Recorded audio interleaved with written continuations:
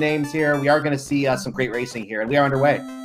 Yeah, so there is no map shuffle going on tonight. I believe we do have extended open progression on, so the world is their oyster once they get in their ship.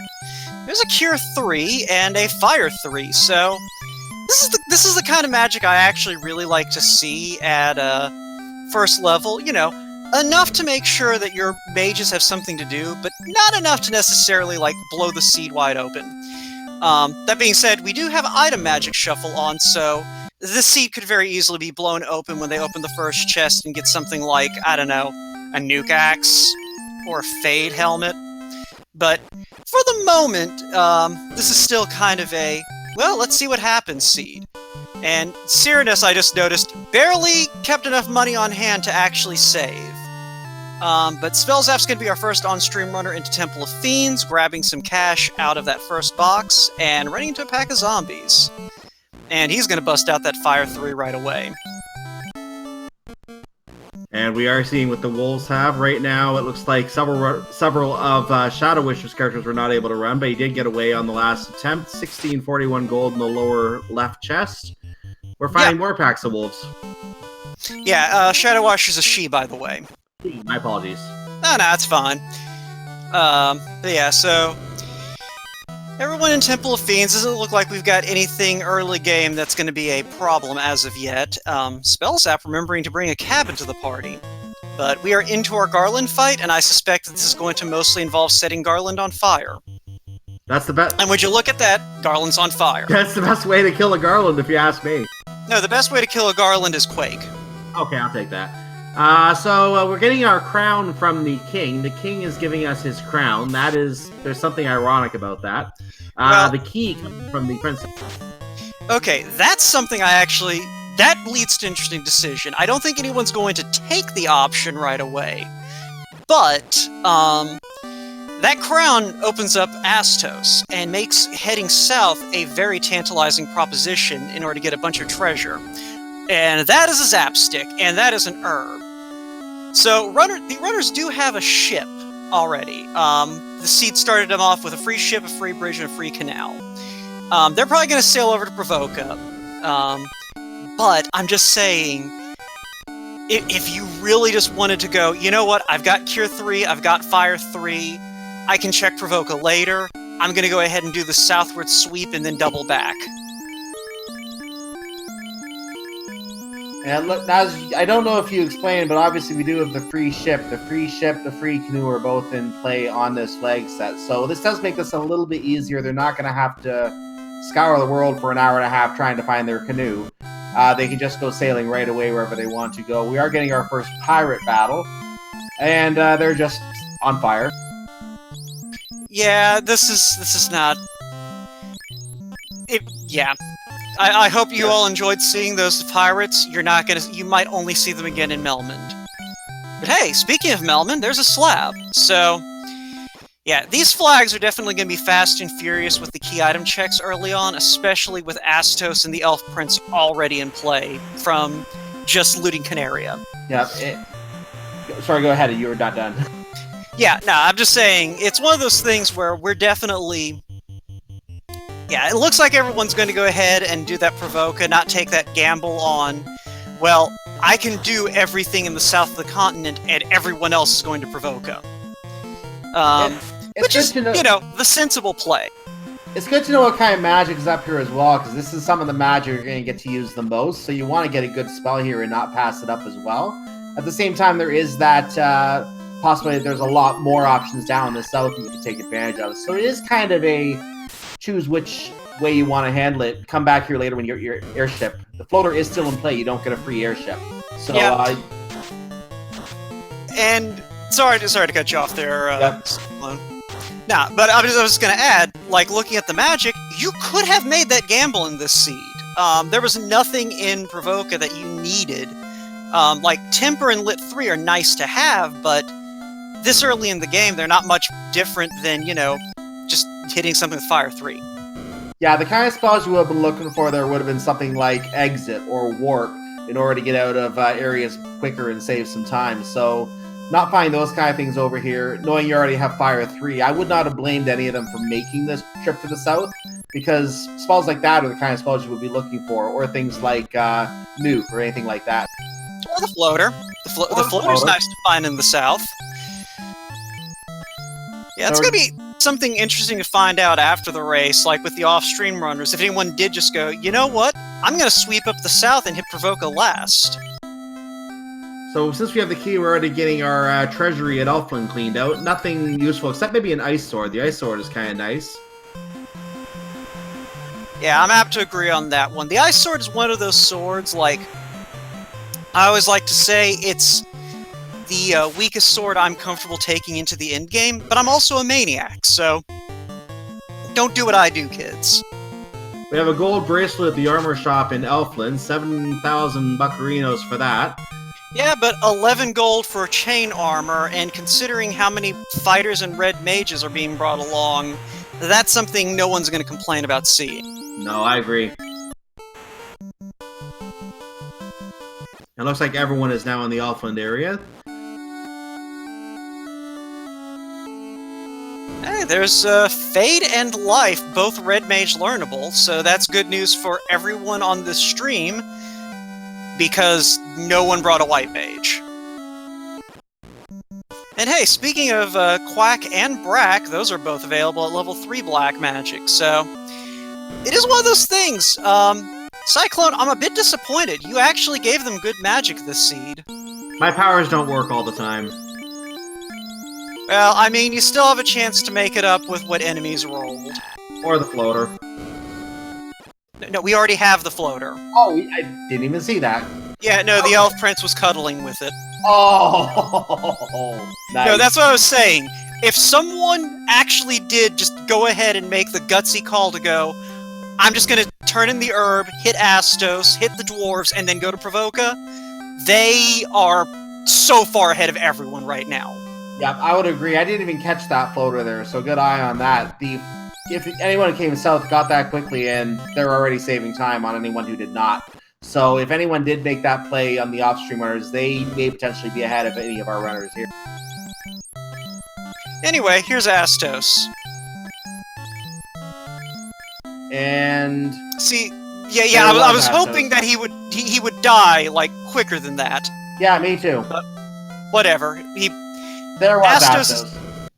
Astos is not a threat when you're packing like 7 fire 3s. I didn't see what he handed over though. Let me check our tracker's notes real quick. Ah, he had the adamant. All right. So again, it looks like the seed was just like, hey, do you like just making a clockwise loop around the southern continent? Because yeah, just make a clockwise loop around the southern continent. Start at Elfland and just go. Well, I have a feeling that they're going to hold on to that until they get over to grab the airship, because they can get back there a lot quicker with the airships. So they will save that time, I think. Yeah, almost certainly. I don't disagree with going ahead and doing the Northwest Castle check before going to turn in that floater, just because, you know, if you find something like the tail, you're not really losing that much time running back to Elfland from the castle. Plus, it goes ahead and gives you that opportunity to look at these trap tiles where we saw an unrunnable red giant Agma fight. That's actually going to be big come the end game, because that's, I believe, one of the more common fights you can see over on the fire floor. I mean, we do have encounter frequency shuffled, so it might be completely rare. Or it might be super common and you're in trouble. And it could also come to matter then what encounter cycle each runner is on when they get down to that floor. They might find 2 or 3 encounters in the entire walk. They might find 7 or 8 encounters and 6 of them are unrunnable. Something like that could really determine who takes the lead coming out of that floor. Okay, hold up, Cyclone. What's Shadowwisher doing? It looks like she's in some kind of cave. It looks like marsh. Judging by the marsh cave? Why would anyone go to marsh cave? I couldn't say. Probably going for an incentivized item would be my guess. Also, they do have the Mystic Key that would unlock the incentivized item down in that corner. So that is possibly what she is doing. It's a mad woman. actually doing what what the flags are set to make her do. Hey, if it's a good item down there, it'll pay off. Yeah, no, Marsh Cave's incentivized tonight, and considering that there's a ribbon, an opal bracelet, and a Maza in the pool, even if she doesn't find progression in Marsh, it's going to be not. I didn't see what got her. I didn't see what the spell was, but it was going to be an insta-wipe because everyone was falling in succession. Yeah. So the bones are killers tonight. They had it was undead with Blaze. Yeah, and this is why even when Marsh Cave is incentivized, you still don't go to Marsh. Yeah, there's a lot of enemies in Marsh, and there's a good possibility that one of them is packing something that's gonna completely brutalize you. So Marsh Cave is not a fun place. So Syraniss, before going to turn in that floater, is going ahead and hitting up dwarves. Like I said, I feel like a lot of these checks that would be faster with floater are people basically thinking, you know, if I get something that I can immediately turn around with in the airship, that'll be nice. I don't know sorry, I didn't mean to cut you off. I don't know if you noticed what Shadowwisher just fell to. The crawls have poison. Damage or stone? Poison spell. Yes, but damage or stone. There are two. So, fun fact: there are two skills in this game called poison.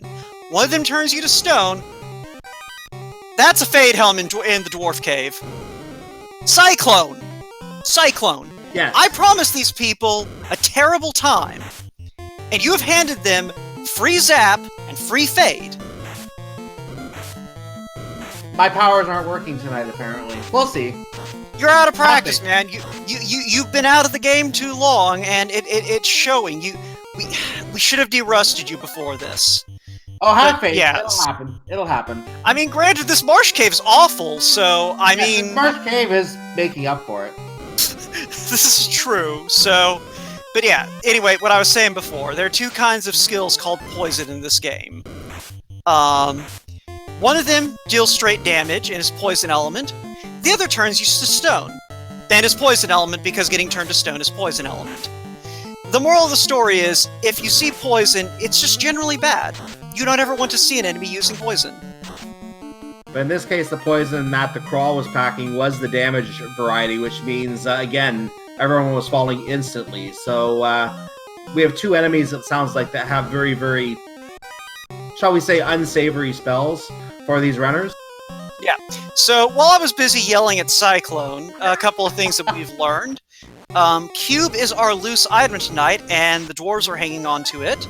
And Canoe is our marsh incentive item. And Shadowwisher is apparently going to go ahead and check all of these chests in Marsh Cave. Which that opal shield is a good thing to go ahead and find, but...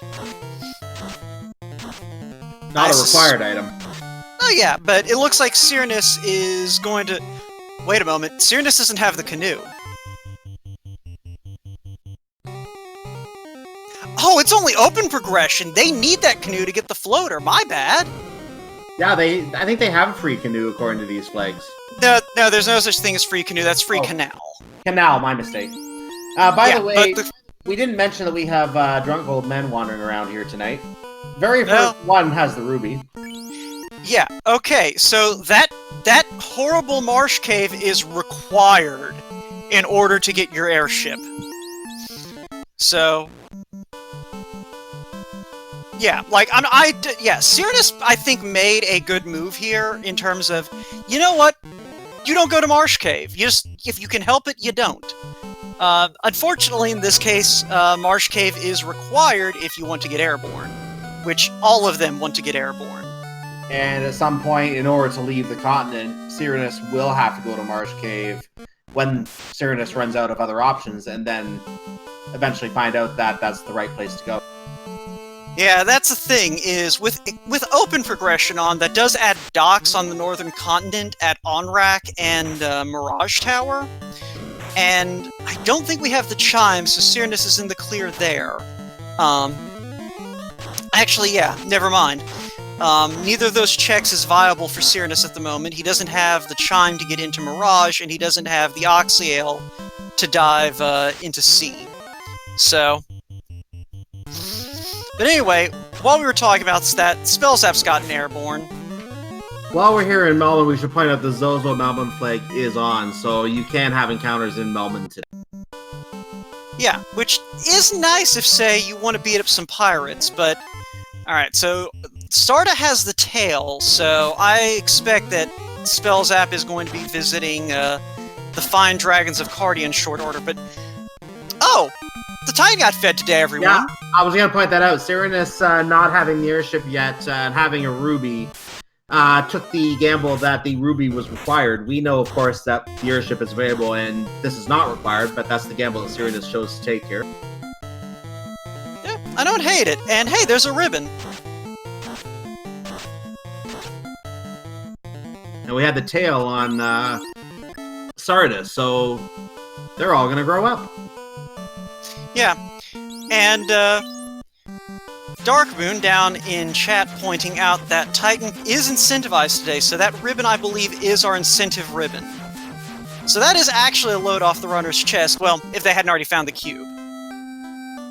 But regardless, let's see.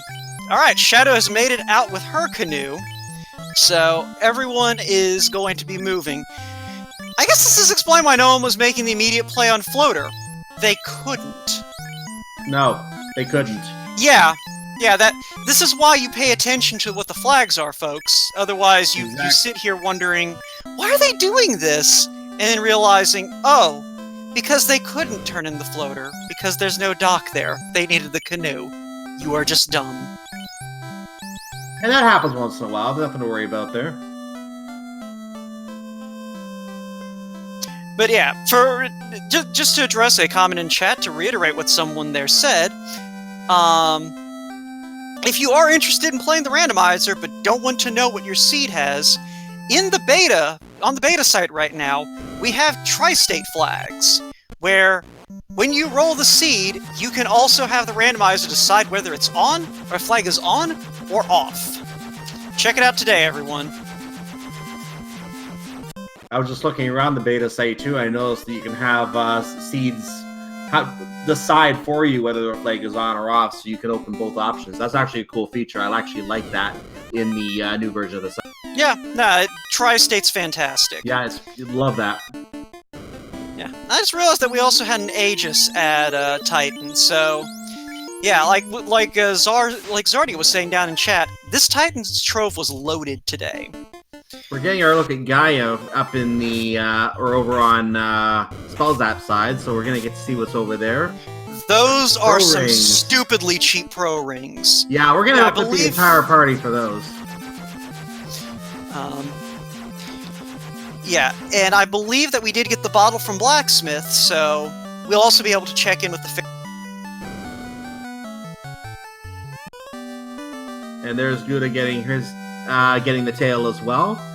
And Spellzapp is heading up to turn in the bottle to the ferry and find out what the ferry has. Mazmoon from the ferry. Okay, so there is absolutely nothing any of these runners have to fear at this point.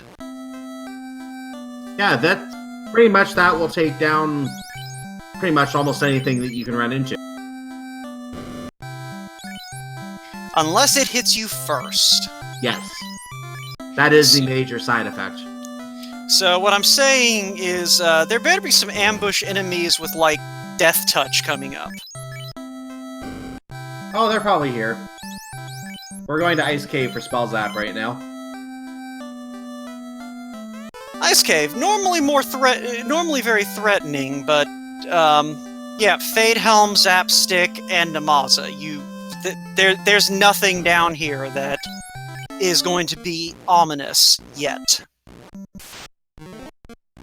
But yeah, just to confirm the thinking in chat, we are still looking for Oxiel and a Chime. Yeah. Oh, that's right, our bones have Blaze. I forgot about that. Yes, Blaze is a very deadly item. Or spell. Yeah, and that's a wipe. Yeah, I completely forgot that our bones were a thing in Ice Cave. Well, our bones are a thing, and Spellzapp is freshly roasted. you know it's bad when you realize that, whatever. Alright, so I just realized that we have Nuke at the class change spot at level 5 Black Magic, and Quad X also available. No one's ever going to cast Quad X instead of Nuke, except under very specific circumstances. But let's see. I've never actually seen that done. In any case, Slabwisher turning in the slab, or Shadowwisher turning in the slab, not Slabwisher. I mean, Slabwisher would be a thematically appropriate name. It'd be a great name, yeah, but words are hard. Words are hard. I'm glad that we can agree on that, Cyclone. Well, let's see here. So we've still got Spellzapp making his way through the cave. It looks like the undead encounter at the bottom of the ice cave holes is instead mages and fighters, and that's going to be some good XP right there, especially with that Fade Helm in hand. So Syraniss, I believe, just came out of Arch Cave with the necessary item for raising an airship, and is now traveling over to that area in the ship. Going to be in the regular ship, going to get that airship soon, and we'll finally join everyone else in the air. We have 2 more runners on the Zardia Islands. Guda and Shadowwisher are up there. Shadowwisher just turning in the tail right now, Guda having already done so. Yeah, Spellzapp, I will actually be a little bit surprised if we see a tail turn in. Like, you've already got Maz in hand, you've already got... well, you got a black belt. So, Spellzapp may decide to just skip over the class change. And Guda has the bottle now, so we're going to probably head up to Gaia soon. Or perhaps right now, we'll see.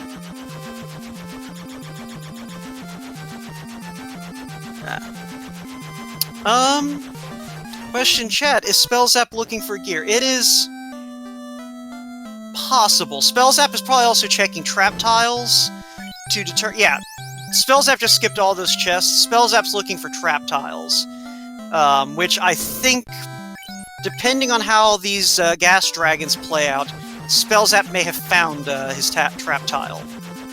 Gas dragons already. I'm not used to seeing them this early in the seed. Well, that's the beautiful thing about having all those B-side encounters on. Speaking of B-side encounters, Syraniss is on his way to scope out a different set of B-side encounters over in Ordeals, which is another incentive location, I believe. But more importantly, has 3 trap tiles that you can pretty much easily get to once you know the route through the Pillar Maze. Gas Ds, as longtime fans of Final Fantasy Randomizer are aware, are the enemies that broke the kind of common sense XP scaling. And normally they are only found in the Temple of Fiends Revisited, I believe. And the Waterfall. Only on the 3rd. Oh, they're on the Waterfall too? Yeah, they're the Group 8 encounter in the Waterfall, so you almost never see them unless you just kind of... you almost have to try in order to see the gas dragons in Waterfall, but they are found in Waterfall. I've played the vanilla game, and on NES, I have never seen a gas dragon in Waterfall. That is news to me. I did not know that. They get Group 8 or Group 7. I believe that they're the same rarity as Warmech. So And I have seen Warmech in the vanilla game, so yeah, wow, that is something I didn't know. So you learned something today. There you go. Okay, Crab Cakes, I'm sure you have seen a lot of Gasties in Waterfall, but but Crab Cakes has done it is not a justification for anyone to do anything. Or to assume anyone has done anything. I'm just going to say.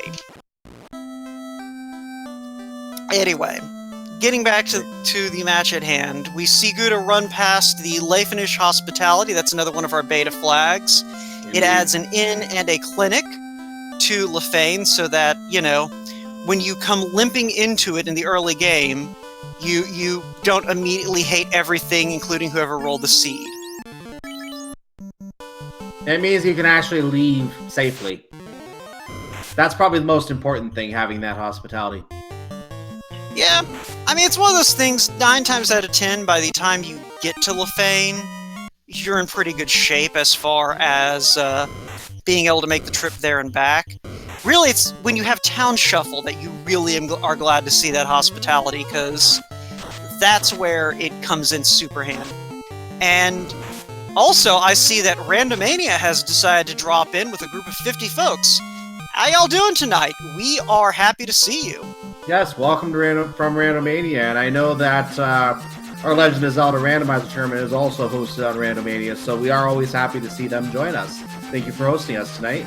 We are doing the Final Fantasy Duckling. Well, this is not the Duckling. This is the Platypus Invitational. Ignore the layout. The layout that we wanted to use was not working here tonight, so we will have that fixed next week, hopefully. But we are doing the Platypus Invitational. We have some promising ducklings who we're given the opportunity to show off in a 4-week series right now. Yeah. So it looks like the Pillar Maze is a bit of a pain today in ordeals, but Syraniss has made it through, and Spellzapp is just starting it. We found the sorcerers, and we got away from them easily. Syraniss passing up the chest right above the Nightmare tile, which is today Mummies and Wiz Mummies. But, you know, it is what it is. Oh, hey, there's the TNT. So you want to go back to the Dwarf Cave? Sure. I mean, why not? So, at this point, I believe, let's see, we saw the TNT out of the, out of Ordeals. I believe Spellzapp grabbed the crystal out of Ice Cave. So, we have 2 more checks. Crystal was Lefane, that's right. What did we get out of Ice Cave? I got distracted by the gas dragons and didn't actually see it was in the chest. I can go check our tracker's notes. That's what gas dragons will do. They tend to Oxyale. Seeing things. Okay. Oxyale, yes. Yeah. I sometimes forget that I can look at things. Alright, so Guda has made it through the Pillar Maze. And Syraniss is doing the Cardia Islands checks right now. Runs away from the Catman and is doing his evolution to another class. Yeah, that makes sense. So,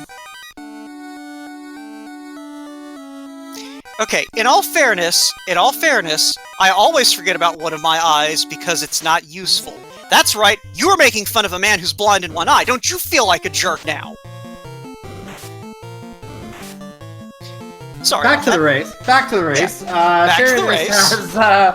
Syraniss has all grown up. We have Guda taking a fight with the sorcerers. The sorcerers have Dazzle today, but that is not really doing anything to him at this point.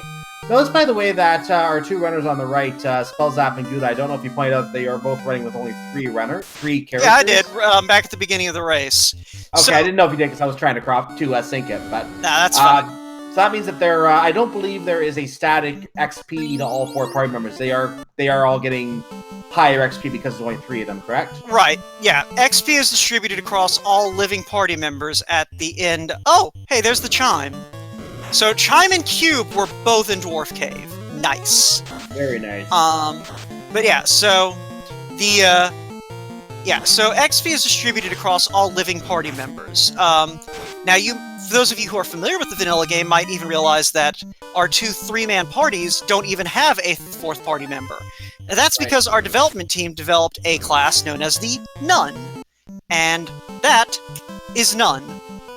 If they were to put the Nun at the front of the party, you would instead be looking at a pirate. Because we actually had this conversation, no one remembers why Big A's map sprite is the one we use for the Nun class, but whatever.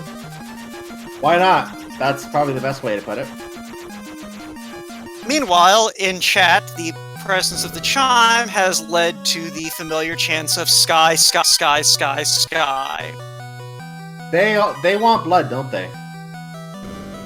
Well, I mean, it's just Sky. The only time Sky is not the correct play is we cannot get into Sky, Or B, you cannot kill what is in Sky. Otherwise, no, you go to Sky. Sky is always the best move. Because if you can kill the things in Sky, you live Sky. This might be the time to point out that Sky, the Sky that everyone wants, is also home to a required Warmech battle. So we are going to have required Warmech in the seed. This is probably going to mean that we won't see Sky for a while. Or it means we'll see it as soon as someone's just like, you know what? I'm packing so much foul. Additionally, what was the other thing I was going to point out here? Nope, lost it. So, Guda getting the cube. Ah, yeah, chat pointing out something else of interest. Those of you familiar with the vanilla game might notice that Waterfall's map looks different tonight. That's because Waterfall's map is different tonight. The ever-so-lovely Dr. Leggy Starscream has been working on and off on procedurally generated maps for the randomizer. Waterfall is the one that is in its most refined state at the moment. Earth Cave still has some kinks to work out. But what it does mean is, as often as possible, we try to make Earth Cave or Waterfall a pain in the butt. And today it looks like the pain in the butt was Spellzapp assumed that he didn't need to take 10 steps to the left. Speaking of a pain in the butt, we have Tyros on the trap tile.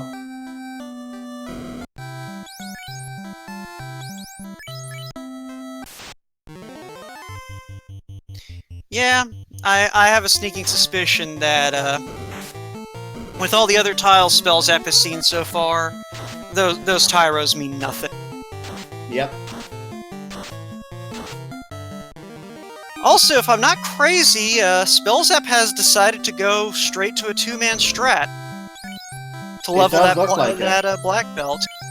Yeah, it does look like it. He is working on the black belt strat to, well, let's just say that once in a while runners do want to have One Punch Man, and if you want One Punch Man, you're going to level up One Punch Man.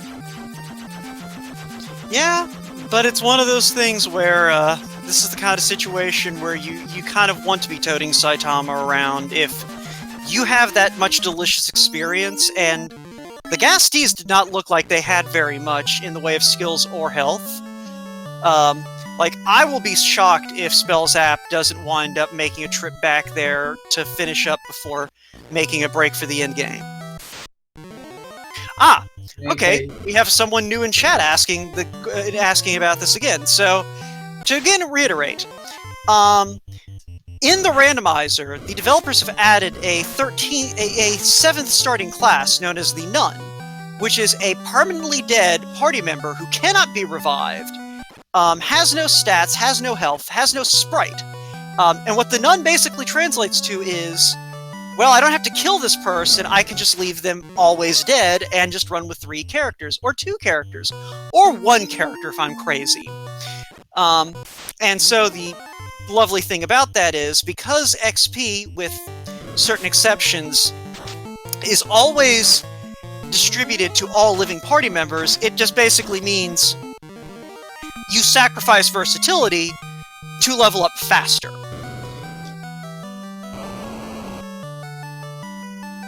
And depending on what kind of party you plan to run with, for example, if you want to train One Punch Man like Spellzapp has in his party with the Black Belt, that's actually not a bad idea, because it means the Black Belt will get more experience early on in the game when you don't have that 4th character taking up some of that delicious experience, as you refer to it.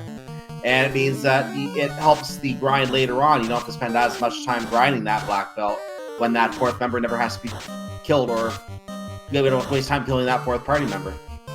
Yeah. Now, of course, there is a case to be made that, like, going back to grinding the Gasties is a bit out of the way. I am noticing Crabcake specifically pointing that out. Crabcakes being the winner of our 2019 spring tournament, and also the runner whose name is whispered in the terrible dreams of the children of the Final Fantasy randomizer community. Or in the case of some ducklings, perhaps admired by some of them.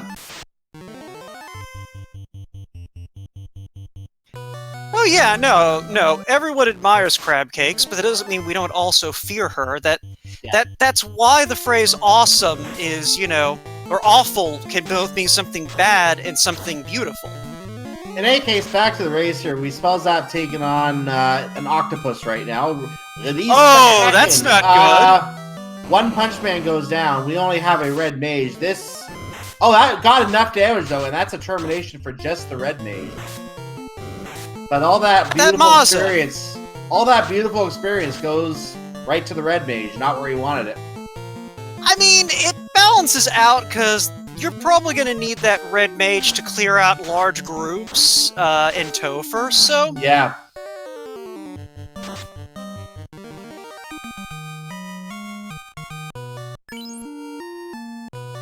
So, Syraniss coming out of one of the trap rooms in Ice Cave. I did see Guda took a wipe in Ice Cave earlier, too. I did not see what Guda took a wipe to. Shadowwisher going probably into those Blaze Palace bones.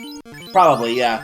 Palace of Ordeals for Shadowwisher. I thought Shadowwisher was there already. Maybe I am mistaken. So, probably her first visit there. And there's a Sorcerer with Dazzle trying to take on Tyre, who is fighting by himself. Snorting does nothing. Fade will cause damage. Weak sorcerers. Yeah. We have a question. Chat, is FAP? Yeah, it is. It's at 5th level, so that's going to be available to everyone.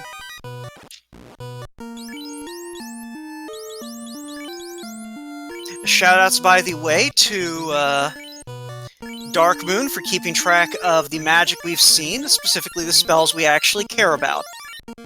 I saw XXXX and Nuke at level 5, so I saw Spellzapp was investing in the XXXX from what I noticed. Yeah, Quad X is one of those spells you don't necessarily... you're not going to cast it over Nuke, except in situations like, say, a particularly dodgy or hardy fiend that you're just not able to take down through normal... you can take it down through normal means, but it'll take a while. So, you throw it a Quad X and see if maybe you can go ahead and finish them off rather than trying to chip through their magic defense over another couple of rounds. And Shadowwisher coming upon a pack of Medusas. They don't stand a chance. 3 of them were on fire. The other 2 he ran away from. Probably didn't want to run away from them after well, never mind. That's Fire 3. It's level 1. That's just free magic. Yep. Anyway, Syraniss fighting Carrie. And starting out with a fast on the Knight. Temper on the Knight. So, in other words, powering up the Knight to do Knight things. And that's 959 damage. And Carrie goes down in one swing. Yeah. Humpy McSaddles, I see that you are asking about joining the Final Fantasy Randomizer Discord. I believe that someone in chat should know the command to use to share the Final Fantasy Randomizer's Discord with you. I can't remember what it is, so hint hint, wink wink, nudge nudge. Okay, we've had 2 people miss so far. Thank you, LCB. LCB is the MVP tonight. But yeah, folks who are currently watching, that is the link to the new Final Fantasy Randomizer Discord. Pop on in, hang out, give yourself some rolls. It's a great time for everyone. Yeah, and that is true. What you are seeing here tonight, this Platypus Invitational, that is the result of our Duckling Initiative, as we like to call it. If you are a new player, you want to learn the game, you can identify yourself as such, and, there are special seeds designed to help new players learn, and there are events like this to highlight new players and give them a chance to get used to the racing environment before we throw them into a cage with crab cakes and a knife. Well, something worth pointing out as well, we have seen a few of the runners in this Invitational already in the last tournament. Like I mentioned, a couple of them at the start of the broadcast, who I do remember calling races for in the tournament. So some of our Ducklings are out there getting their experience even without these Invitationals, and they're already getting their taste of racing some of these top runners. And I think you could argue that a lot of the whole aspect of doing that is to get that experience against top runners right away, and thus evolve by comparing yourself to one of those top runners in a race setting. Yeah, no, nothing's forcing you to be a duckling. You can just kind of throw yourself in the deep end if you want. Like, there's a lot of different paths to getting better at the randomizer if that's what you want, or you can be someone like me who just never actually gets that much better, but just likes to talk about it a lot. Looks like Syraniss is going to pick up the items in the waterfall, not too far in, and just a tower on the way out. There was an opal shield in there that he picked up. Nice item. Yeah, that's going to be mostly good for money, because I think everyone's checked Titan's Trove at this point, and no one has a second fighter.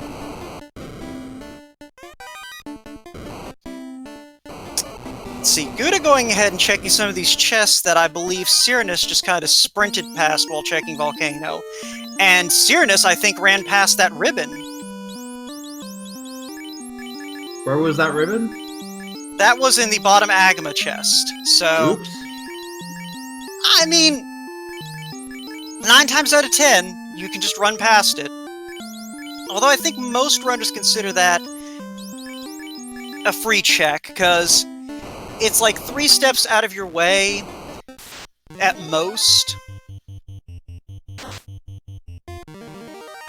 So, Guda is on the lower floor of the volcano right now and going to take the fire path. Those fire tiles, every step you take in one will lower your HP by 1, but it's a guaranteed non-encounter tile. So you find that abused, that's why everyone is running on those tiles continuously to avoid encounters. God, can you imagine if we'd known that as kids? Because I don't know about you, but I avoided the lava tiles because, well, they take HP damage from me. Yep, I remember the first time walking into the volcano, I'm like, do I really have to walk on that? Yeah. So, we have 2 runners queuing the carry fight. We're powering up CC on Guda's screen, and Spellzapp just punches them. Yeah, I have a feeling that Spellzapp punches them is the theme of tonight. Yep, I think it's going to be the unique element of this race. I mean, there's a lot of unique elements. Every platypus is special and different, Cyclone, and I will hear nothing different from you. So Spellzapp using a some kind of house or tent, I didn't see what it was, but either way is saved outside the tower. First runner making the climb of the Mirage Tower, so those of you who were yelling, Sky, Sky! This is the last orb for Spellzapp, and we are going to Sky. Alright, Kalsubalu down in chat letting us know that she saw Spellzapp use a tent. So, excellent. Thank you, Kalsu.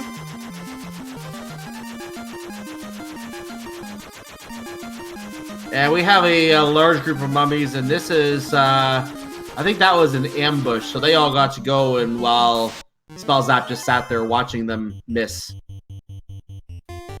Yeah, see, this is why you like sweeper spells, because that was garbage. That was hot garbage. Yeah, that was like...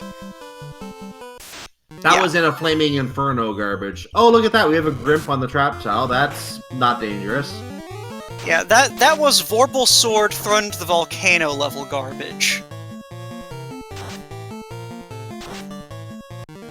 Personally, I'm a Mazamoon person. Yeah, I know. Like, look, there are traditions that you have to remember. Ooh.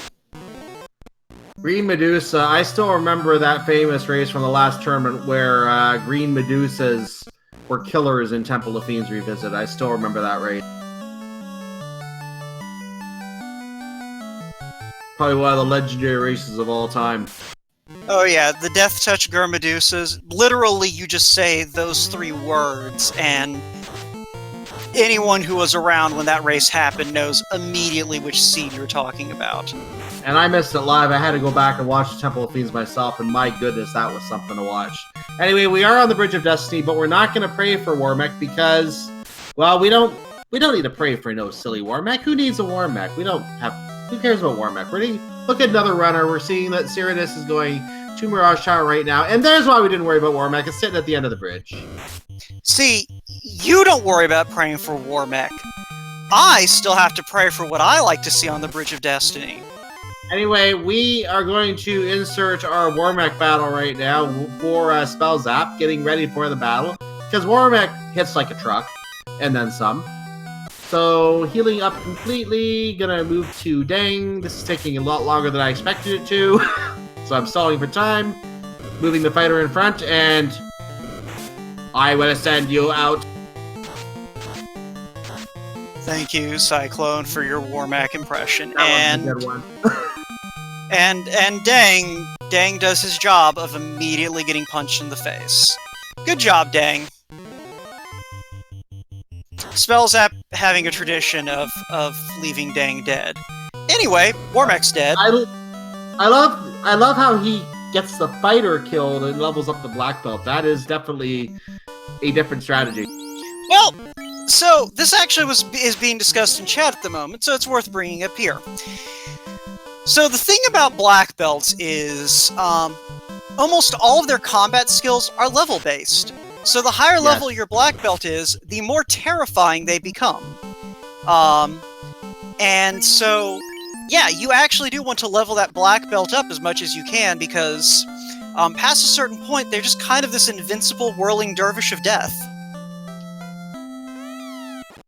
In other words, you better become friends with any black belt you see, because if you don't, they're going to kill you one day.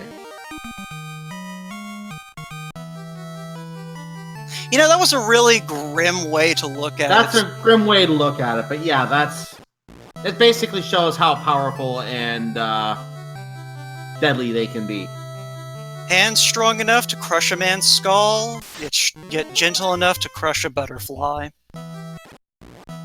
Okay, that's a little weird too. Moving on, we do have Syraniss now in the Sky Palace in a battle with some heirs, normally unrunnable. And yet they are runnable today. We are now fighting another Warmech battle on the Bridge of Destiny. Exterminate! I didn't notice if Warmech had anything powerful when Spellzapp did the battle. He didn't live long enough! Yeah, exactly. Fire 3 is the first spell that comes out from Warmech, which we had at the start of the game, so we're not really truly impressed with that. Yeah, see, I think probably part of Spellzapp's reasoning is I think he has Cure 3 on that Red Mage at level 1, so it may be kind of the reasoning of, I've got a ludicrous amount of healing available. Speaking of ludicrous amounts, Syraniss getting through with 2 characters and immediately getting a massive XP boost.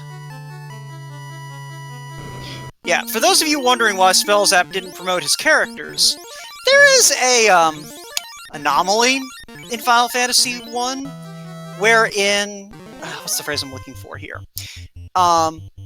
Wherein your black belt gains 4 MDef as a black belt per level, which MDef is basically your saving throw for the D&D nerds in the audience.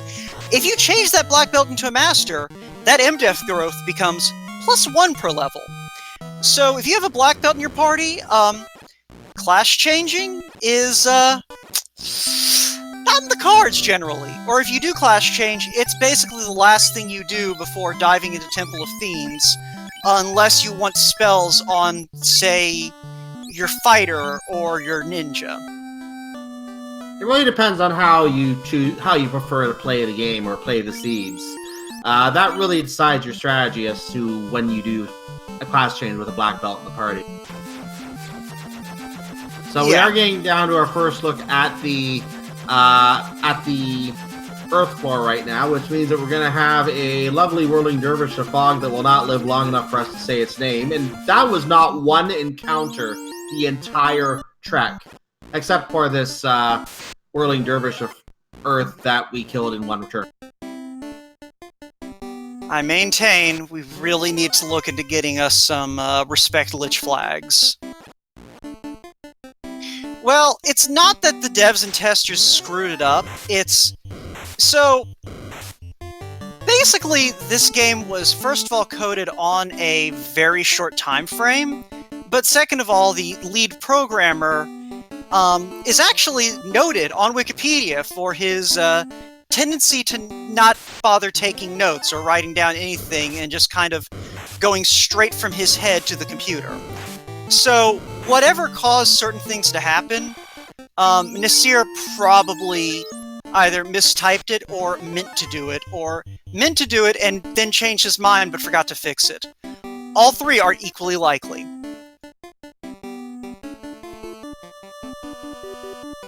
So while we were talking about Wikipedia, Spellzapp dispatched Carrie for the second time. Okay, Cyclone, you've seen enough of these races with a black belt that's over level 40. Yeah. Like, you don't care about the fiends until Kraken shows up, because Carrie and Lich don't live long enough to matter. They do not. We are coming to Kraken right now is the point I was making. We are on the Kraken floor right now. So we have our delectable portion of seafood here before we get to him, however. And in the meantime, while Spellzapp is making his way, we see that Syraniss is taking care of some cosplayer down in the basement of Earth Cave, and is going to be on his way down to light the Earth Ore here in short order. So he'll be our second on-screen runner, I believe, to make it into Temple of Fiends Revisited, because Shadowwisher and Guda also are in Fiend Dungeons, but they still have to go clear Sky before they can break into Temple of Fiends. That being said, Shadowwisher also grabbing that second ribbon. But Spellzapp has made it to Kraken 2, and Dang gets frozen. Yeah, Dang did his job in the most unorthodox way. And then Spellzapp turns Kraken into sashimi. With his fists. And Whiz Vamps. Time to bring the fighter back for one more punch. Well, two more.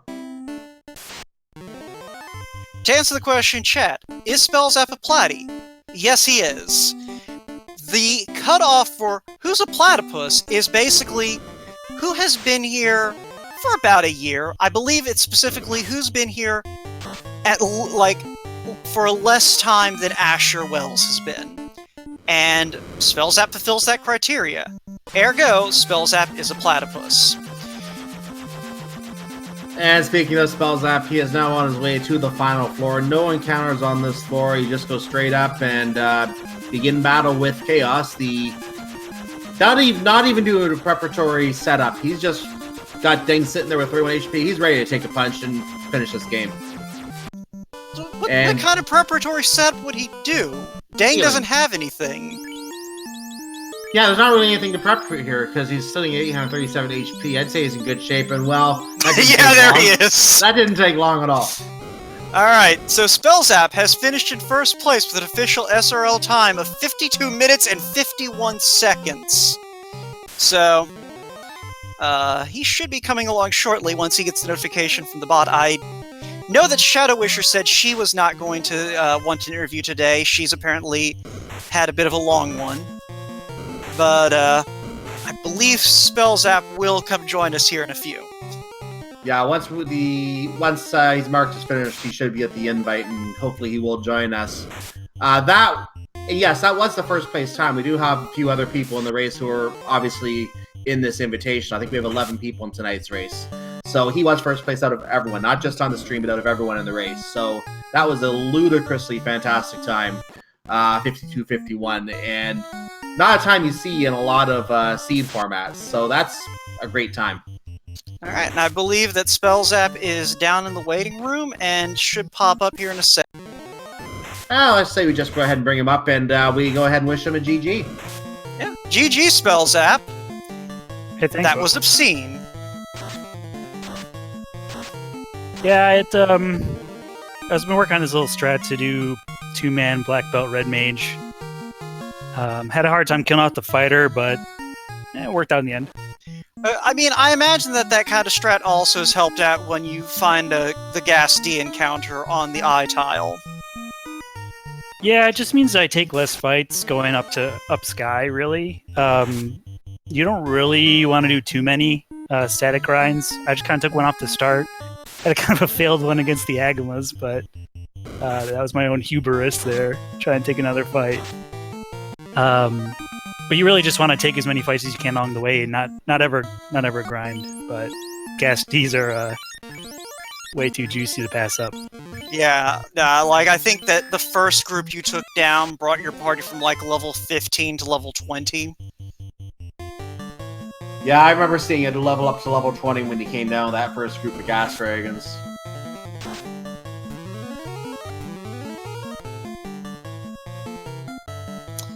Yeah, so, let's see here. I believe, yeah, Syraniss is our second on-stream runner into Temple of Fiends Revisited, and could very well be our second runner into,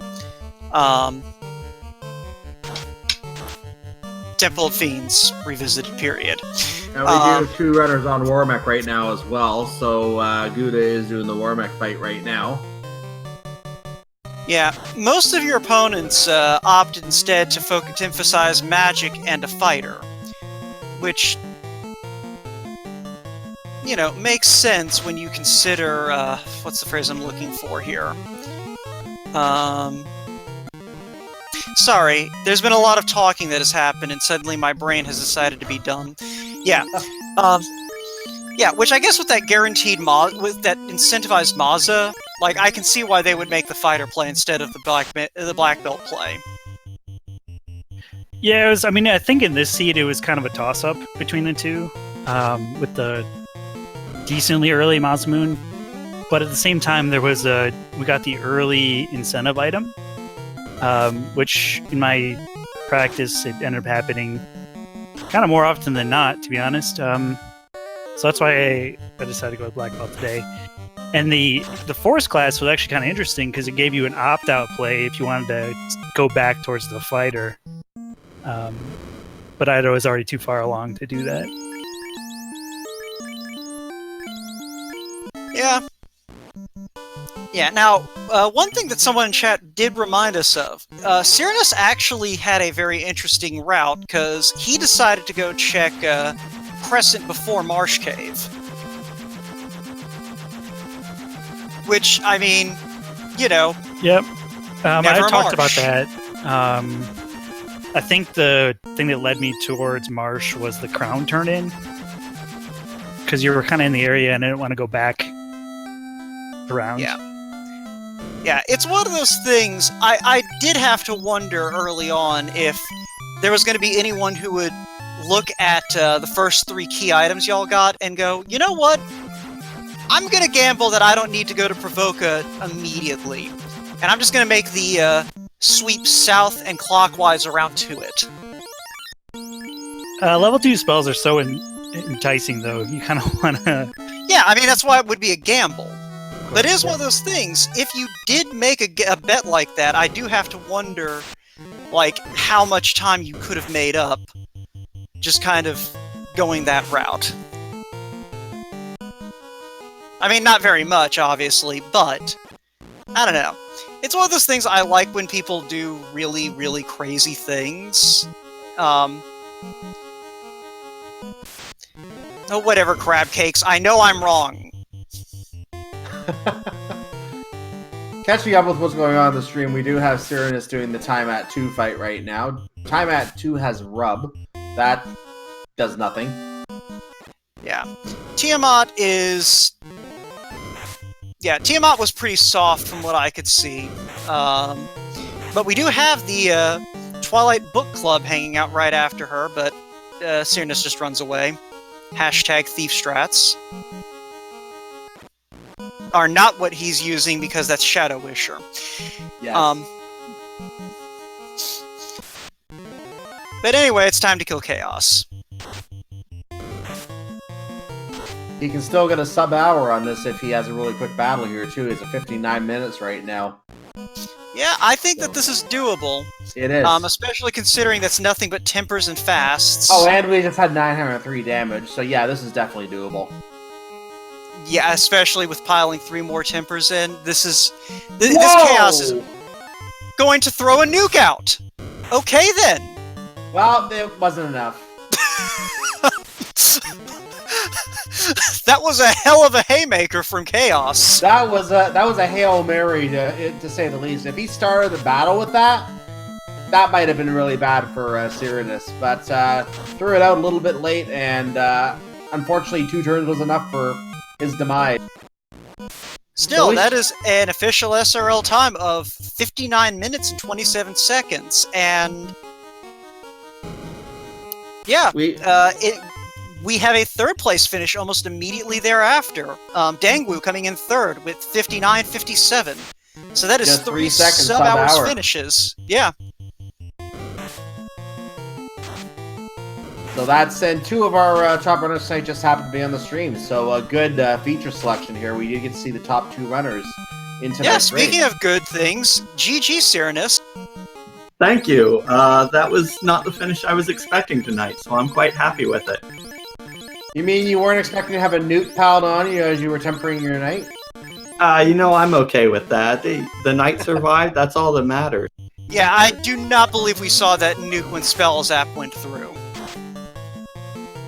Well, Spellzapp took it out in one battle, in one fight, so... I think it was 2 punches, but those punches came fast and furiously. Ah, black belt strats. Yep. Yeah, that gas D tile definitely helped the black belt strats along tonight.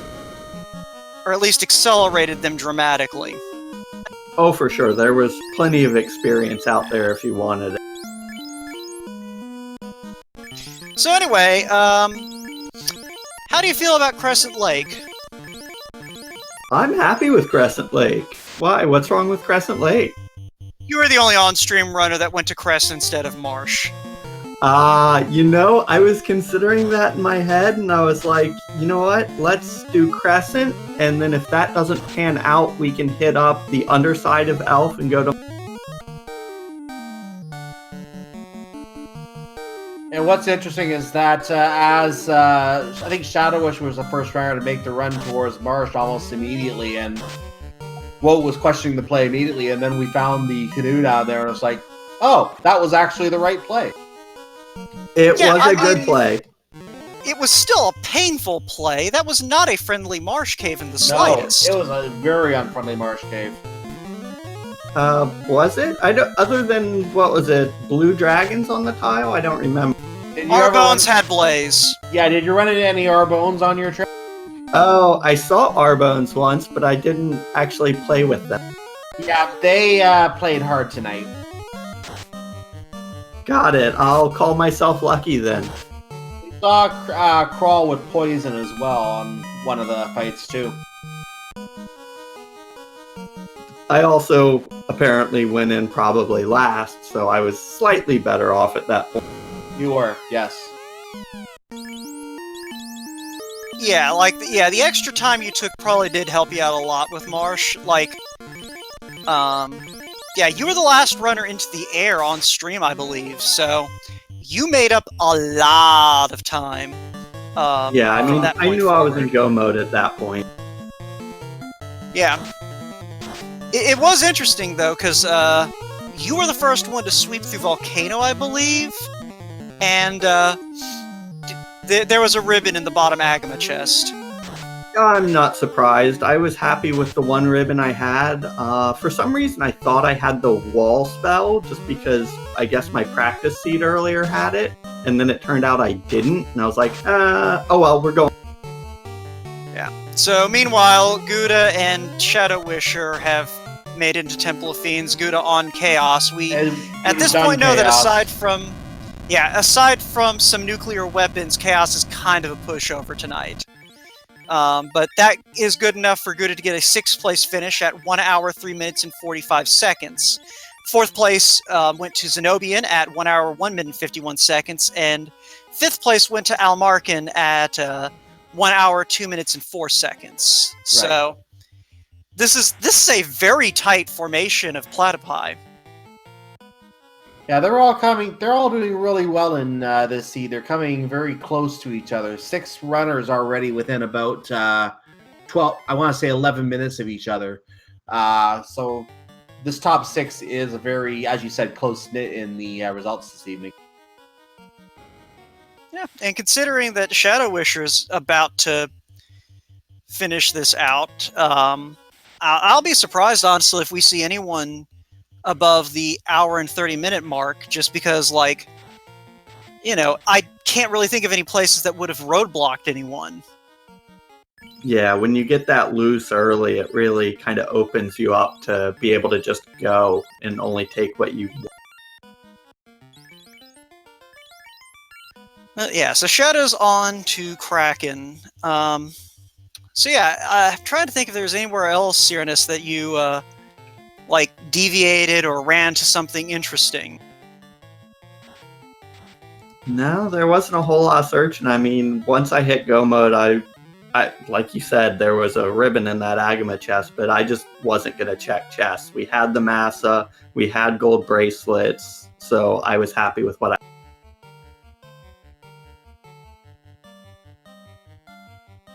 Want to catch up a couple more finishes here. I'm just going to make sure we're not ahead of ourselves here. I am looking at a 7th place finish that just came in for Gregory Puff of 105.43. And you mentioned the group is very tightly knit tonight. I am also seeing a 8th place finish for, I'm going to say this wrong, Raph Hates Caleb. Rafe hates Caleb. Rafe hates Caleb for 105.57. So we'll catch those up right now. Yeah, and then Asher finished in 9th at 1 hour, 6 minutes, and 9 seconds. So, and Shadowwisher here, she's going to finish here in the next couple of minutes. So easily. That's going to be a finish, and we'll let you know where she finishes when she gets there. So, yeah, making really good use of that wall spell to just kind of keep her party upright to the best of her ability. So now it looks like Guda does want to join us, but for some reason hasn't gotten the invite. I'm gonna check into that very quickly, but we may have to invite manually to get Guda in here. Guda is going to be joining us, however. All right.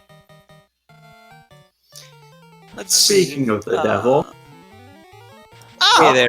he's appeared? Guda made it in after all. There's Guda right now.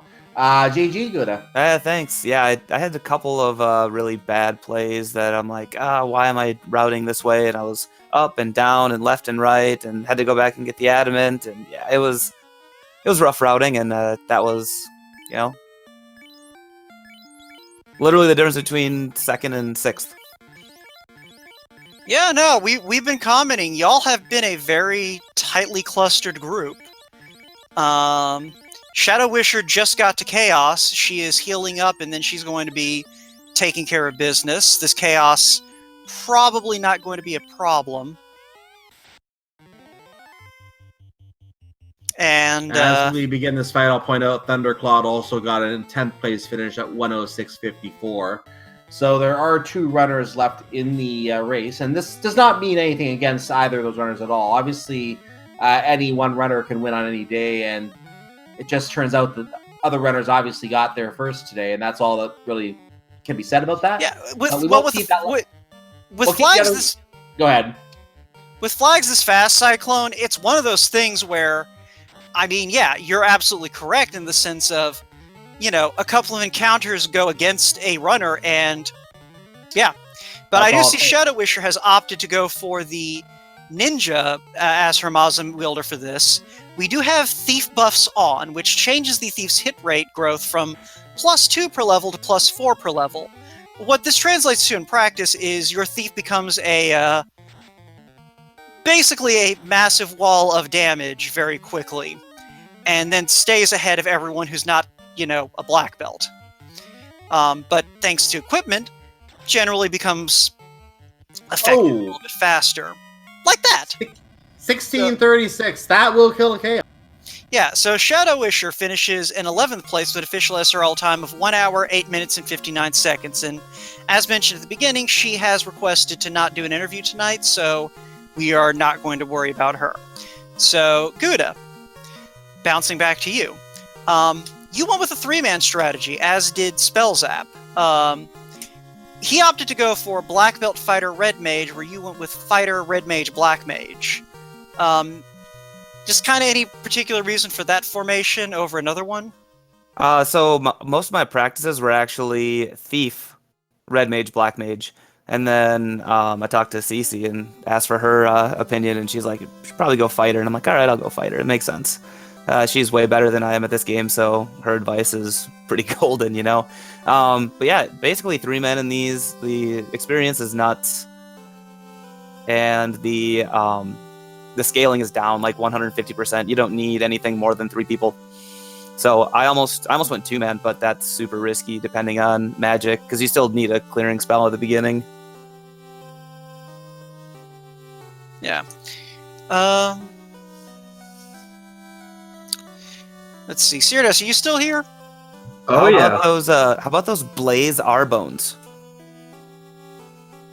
Please tell me I'm not the only one who saw them. No. Syraniss is the only one who didn't see them. Syraniss opted to go to Crescent Lake before Marsh Cave, so by the time he got around to there, he had the levels just kind of, walk through Marsh Cave, get his canoe, and get on the road.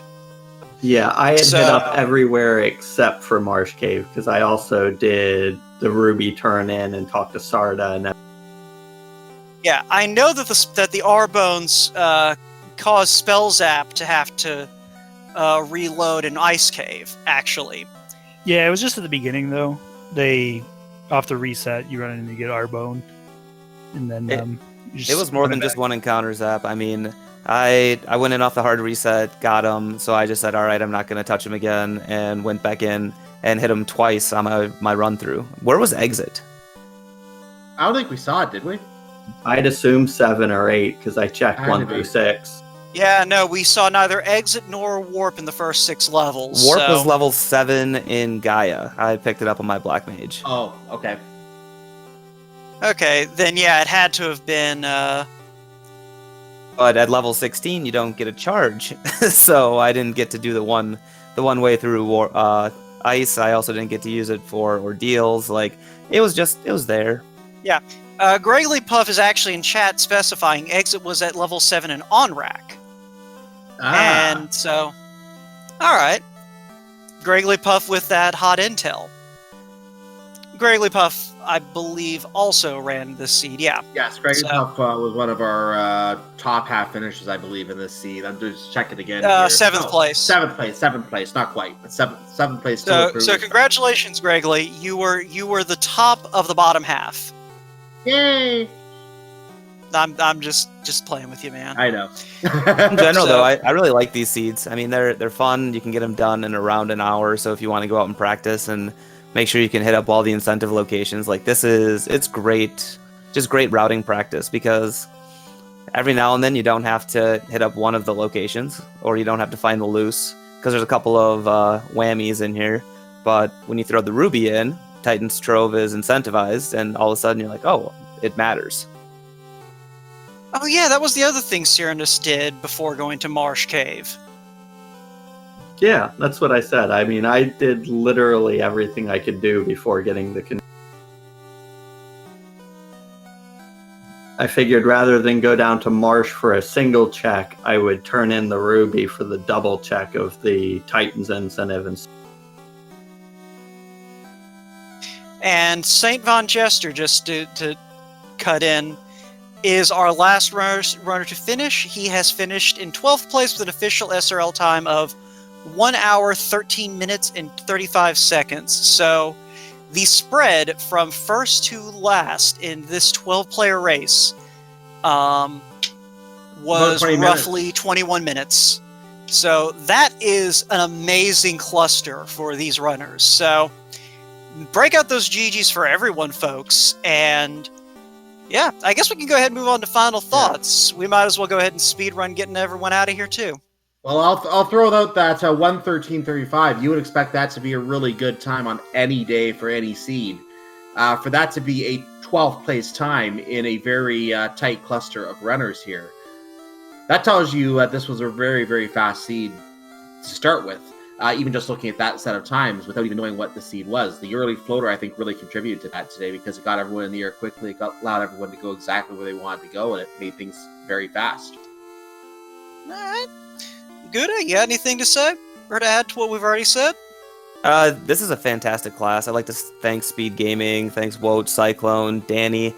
You guys are fantastic. You guys spend your free time doing this, and that's amazing. Putting on a show. Thanks to all the platypuses. Honestly, like this has been a fun group. We race together, we have fun together, and this is amazing. And I look forward to the next 3 weeks of this. So we got 3 more weeks, same time, same channel ish. So it's gonna be fun. All right, Syraniss, you got anything to say? Just a lot of the same. Happy to be here. Really looking forward to the next 3 weeks of this. It's going to be, the times are going to go up. That's for All right, and Spellzapp, I'm not sure if you're still here, but there you are. Spellzapp is here. I was just going to add on to what Guda said. Thank you to all the fans, everybody watching tonight. They're the real winners here. Well, then All right. should probably start wrapping up then. Yeah. Congratulations to all of you on a really, really good time, really fast time on this seed. All right, Cyclone, I still get a turn. You do. But yeah, folks, if you enjoyed watching this and you're not already a part of our Discord, it's over there in chat. It is, you can just come join us at 95GBPFD. That's a capital F, everything else lowercase. And, come hang out with us. We're a generally fun group. And, if you want to learn how to play the game, that's the best place to start. And just as a quick aside, since she has reached chat, Shadowwisher just wants to point out that the dives for Canoe weren't fun, but was what it was. And it is her personal best. So, GG to Shadowwisher again. And you know what? I think that's a good note to end on. Well, everyone has a good night. Well, let's go ahead and just cover very quickly on Speed Game. I'll give you the final word here. What I just want to cover for those watching live. If you want some other game to watch here besides Final Fantasy, we do have the Pokemon Red Blue Finals going on tomorrow night. It is the finals for that tournament at 6:30 Eastern Time. That will be on the main Speed Gaming channel. We also have some Mario Kart 64, Metroid Prime Randomizer, Zelda 2 Randomizer, Hollow Knight, and other miscellaneous events happening, as well as the Final Fantasy Randomizer Weekly that will be at 9 o'clock Eastern Time tomorrow. So make sure you come back tomorrow for all that as well. And I just want to, again, thank all the runners and thank everyone in chat for coming out to watch. I'm going to go ahead and say goodnight. Well, you can go ahead and wrap us up here. I think that's a good note to wrap up on. So, you know what, y'all? Have a good night, Speed Gaming. And we will see you, about this time next Monday with a completely different set of flags and a completely different roster of runners. So, take care, everyone. Good night.